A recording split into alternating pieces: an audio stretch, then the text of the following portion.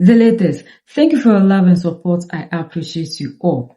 Some few months ago, we heard that Mali, Niger, and Burkina Faso have decided to withdraw from the ICC, International Criminal Court. And their reason that they gave was simple. This organization is not in the interest of Africa. They are using it against the Africans because, according to them, when you look at the cases that these people always pursue, the cases are mostly in Africa. So for that matter, they have decided to wash their hands out of the ICC because we are not part of them. We are in our own environment. So they believe that whatever that we will do should be based on our environment. But when they talked about this, they never took any step. They only came out and spoke about it.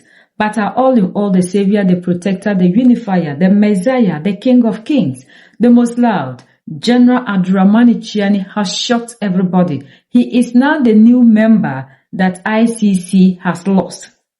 According to the report that is coming, all in all, Niger has decided to officially withdraw and it's going to take effect from next year. So they have 1 year for the processing to end.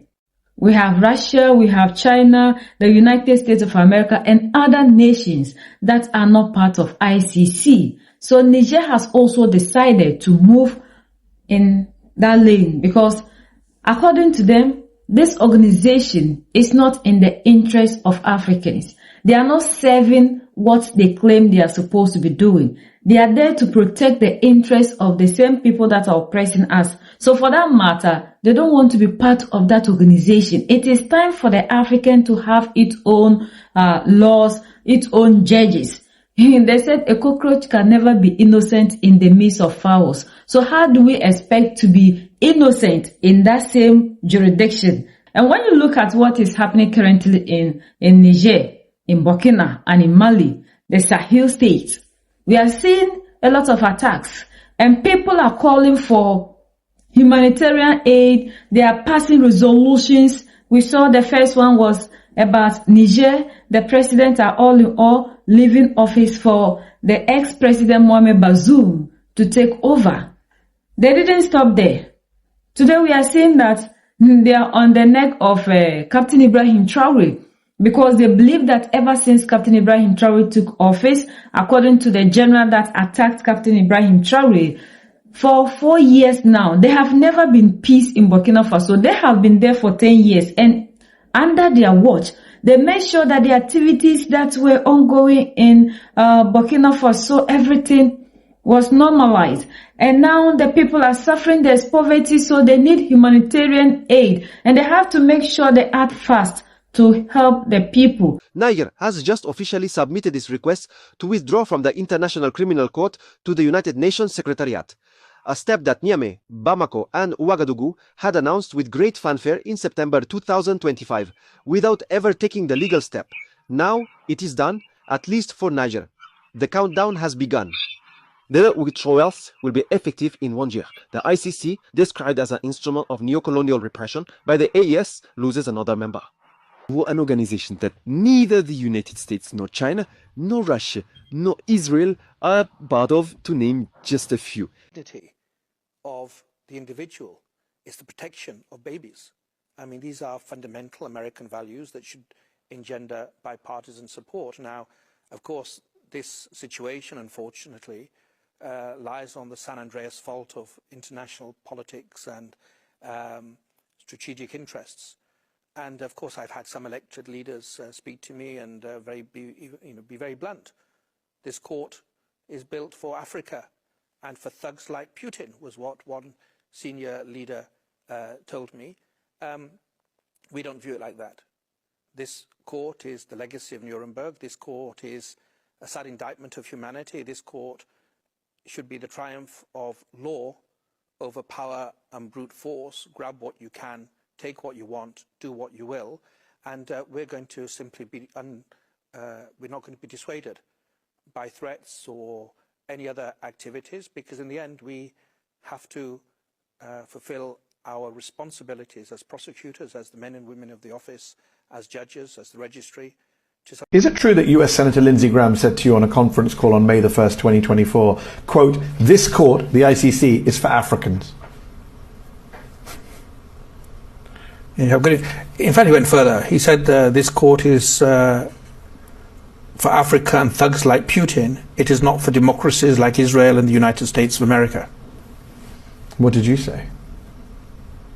I listened to what he and some other distinguished members of the United States Senate had to say, and we were guided by the law in terms of what we had to do, because all of that came in terms of the context of him hearing that we may be imminently applying for warrants.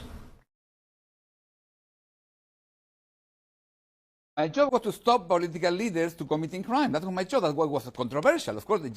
So would you go after? So Africans might say, would you go after George W. Bush over what Kofi Annan called the illegal invasion of Iraq? But the U.S. is not a member. The U.S. is not a member. I cannot. The United Kingdom is a member. The United Kingdom, yeah. And so would you prosecute Tony Blair? If I have crimes to do, and if, two conditions: crimes committed and they are not conducting proceedings. Well, they're not conducting proceedings in the UK. They were conducting proceedings. Now, there are no legal proceedings against Tony Blair in the UK. No, not against Tony Blair, against lower level. I'm asking about Tony Blair, head of state, to use Mahmoud's point. That's the point. Let's take an example. Britain is signed up.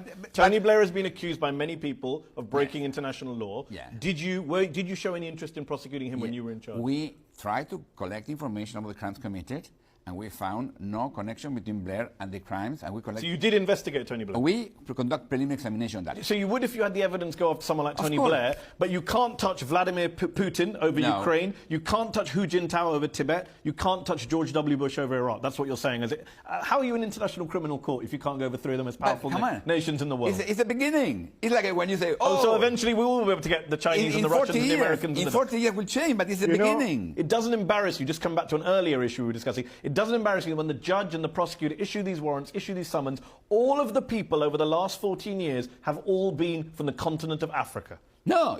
But another member said, no, don't talk about helping the people. You know that it is not because of the people that you are making noise.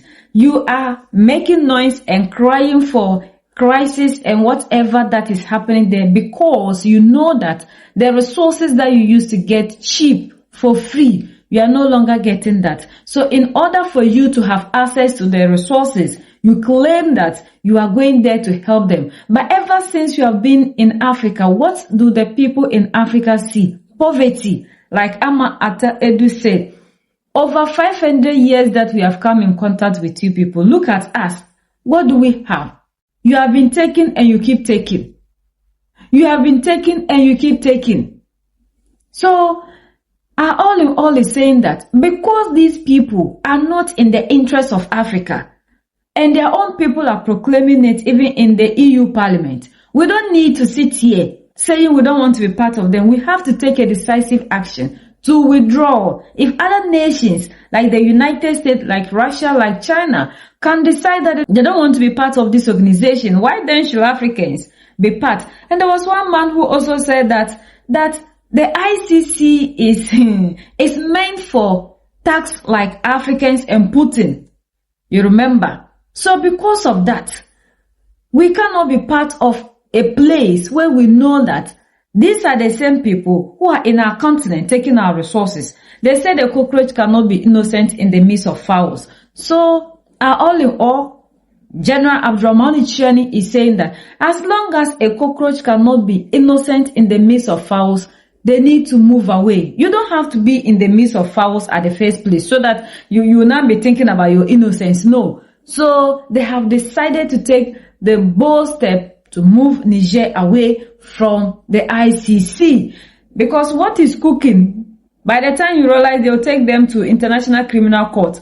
When they decided to stop the French company Orano, they took them there. And he said, that court has nothing to do with them. We are in Africa. We are not in their jurisdiction. So how come their laws has anything to do with us? It's just like you being an African. And they will tell you that if you don't believe in the God of Israel and you die, God will punish you. Are you an Israeli? Or they tell you that an Arab God, you are not an Arab. And then they will tell you that if you don't obey the Arab God and you die, you go to hell. They will punish you in which way? Are you an Arabian? That is exactly what is happening to us. You cannot use Western laws and their rules to cripple the African, because we are not part of them. This is what the Nigerian leader is saying. So they have taken that step to finally wash their hands. So whatever decision or whatever plot that they have can no longer have any influence on the people of Niger. The time has come for the African to decide. That is why the leaders in Mali, Niger, and Burkina, like Captain Ibrahim Traoré, always talk about Africans getting our own model. A big continent like Africa, over 1.something billion people still sit here and we are controlled like that. Captain Ibrahim Traoré said we are no longer case that people need to be holding our hands to cross the road. So we need to have our own system of governance, our own laws, our own everything. And even Dr. Rekana also made it clear that even Africans, why do we need to be part of the UN? UN, why should we be part of it? Because we know that our voices don't count. Over 1.something billion people. And now they are telling us that if they give us a veto power, it will make the council dysfunctional. Yet when we go there and vote on issues that pertain to the West and America, it doesn't make the council dysfunctional. So these are the reasons to which we are seeing that the Sahel leaders are moving away from these organizations, because clearly they are saying that these organizations don't serve the interests of Africa. So why then do we need to continue to be part of organizations that are not for our interests? The time has come for the African to take bold decisions. We have spoken for a very long time, and the leaders are saying that enough of the talking. If we truly want to be free, we have to make sure we fight for that freedom. And that is what the leader in Niger has done. That enough. Looking at the attacks we are receiving here and there, simply because we have decided to take control over the resources. Africa is for Africa, and our resources belong to us. It's high time people must understand that they have to find plan B to survive, because our resources cannot continue to benefit other people while we live in poverty. This is the message from the Sahelian leaders to the rest of the world. We are the only ones that can set ourselves free. United we stand, divided we fall, and united we keep standing forever and ever. The greatest enemy of the African is mental slavery. So let's decolonize ourselves from mental slavery. Let's keep sharing to educate our brothers and sisters. Together we make Africa great for ourselves and the next generations that are going to come. So that's the latest around the world, in Africa, West Africa, and in Niger.